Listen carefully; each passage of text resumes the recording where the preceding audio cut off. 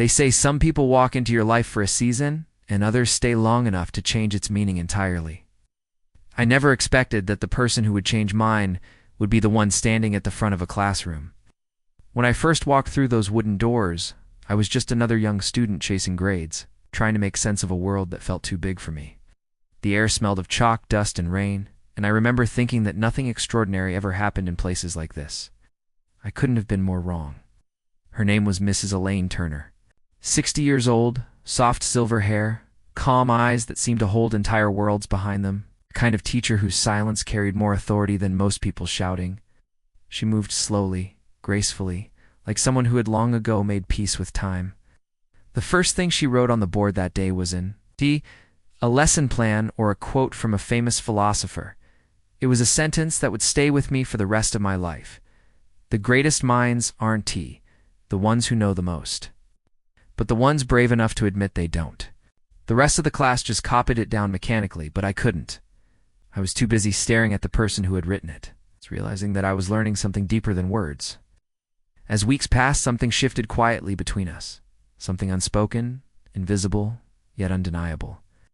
I started staying after class, pretending to need help with essays that were already perfect, just to listen to her talk. Our conversations wandered from literature to philosophy, from time to memory, from the meaning of youth to the beauty of age. She had this way of making everything sound profound. Even silence felt like a lesson when she was in the room. Sometimes I'd catch her smiling as I spoke, as if she saw a reflection of her younger self in my words. One afternoon, she said softly, "You remind me of who I was before life taught me to be careful." I didn't understand it then, but I do now. She wasn't just teaching me about books, she was teaching me how to live. There was something magnetic about her presence, not romantic at first, but soulful. It was as if two generations were having a conversation through us. Her wisdom met my curiosity in the middle, and in that exchange, something alive was born. It wasn't love in the ordinary sense, it was recognition. Two people who saw each other fully, without labels or expectations. Sometimes I'd see her pause mid-sentence during a lecture, eyes distant, as if remembering a version of herself that had long been forgotten. And then she'd look at me, and that look would say more than 1,000 words ever could. One evening, as the sun spilled gold through the classroom windows, I stayed behind to help her stack papers. We talked about time, how quickly it moved, how it steals without asking permission. The room was quiet except for our voices and the soft ticking of the old clock above the door. She looked at me and said, "You know, it's strange. I've taught hundreds of students, but you're the one I'll remember." It wasn't what she said that made my heart stop. It was the tone. That delicate mix of admiration and sorrow, like she already knew that what existed between us couldn't last. I didn't answer. I didn't need to. The silence between us said enough. From that day on, the air in that room felt different. The space between us carried weight, not inappropriate, but sacred. Still, the world outside the classroom began to notice. People talk, especially when they don't understand something. Whispers followed me down hallways. "Why does he stay after class so long? Did you see how she talks to him?" They were half-truths built on assumptions, and soon those assumptions grew teeth. The noise of judgment found its way into our quiet world. One afternoon she called me into her office. Her desk was covered in papers, but I could tell she hadn't touched them. She looked tired, not from age, but from carrying something heavy. "This can't continue," she said softly, her voice trembling just enough to betray what she felt. "You have your future ahead of you, and I have a past I can't rewrite." I wanted to protest. To tell her that what we had was real and pure, that it wasn't what people thought, but she just smiled sadly. One day she said, "You'll understand that love isn't always about being together. Sometimes it's about knowing when to let go." That line broke something inside me.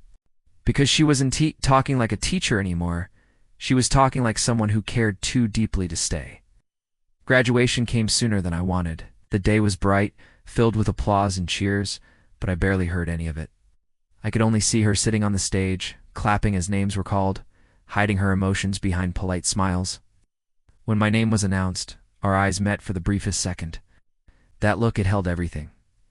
Pride, pain, gratitude, and a farewell neither of us could voice. After the ceremony, I found her standing in the hallway, the same hallway where it had all begun. I handed her a small envelope, sealed and trembling in my hand. "It's not a confession," I said quietly, "just a thank you." She nodded, eyes glistening, and whispered, "You made me remember what it feels like to be alive again." And then, just like that, she turned away. The sound of her footsteps fading down that corridor still echoes in my memory. Life moved on, as it always does. Years passed, built a career, traveled, met new faces, learned new lessons, but none of them ever carried the same gravity she did. She had been the calm in the chaos, the voice that grounded me when the world felt too loud. Every so often I'd think of her not with longing but with gratitude, because she hadn't just been a person in my life, she had been a turning point. The one who reminded me that connection, real connection, doesn't care about age, circumstance, or expectation. It only asks that you recognize it when it finds you. A decade later, I heard she had retired. The school hosted a small ceremony to honor her years of service. They named a scholarship after her, fitting, I thought. Since she'd always believed in nurturing minds rather than disciplining them, I decided to visit. Walking through those familiar hallways felt like stepping into a dream I'd once lived. The smell of old books, the echo of footsteps, the faint creak of the floorboards, everything was exactly as I remembered, except emptier. Her classroom door was open, the chalkboard still faintly marked with notes from her last lecture. On her desk sat an envelope with my name written on it in that same delicate handwriting. My hands trembled as I opened it. Inside was a short note that read, "You were never just a student to me. We're a reminder that the heart never really grows old. Teach others what you've learned, and never let the fire go out." No signature, no explanation, just those few lines that said everything she never could. I stood there for a long time, the sunlight spilling across the empty room. The world outside kept moving, cars passing, voices echoing, but inside that space, time had stopped again, just like it used to when we talked about life and meaning. I realized then that what we shared wasn't forbidden. Oh. It was misunderstood. It wasn't about romance or scandal. It was about two souls recognizing each other across the boundaries of time and experience. It was about learning, not from books or grades, but from human connection, the kind that changes the course of who you become. Now, years later, I stand at the front of my own classroom. The desks are smaller, the faces younger, but sometimes I catch a student looking at me with the same curiosity I once had for her. And in those moments, I feel her presence again, her calmness, her warmth, her quiet way of reminding me that teaching is less about information and more about transformation.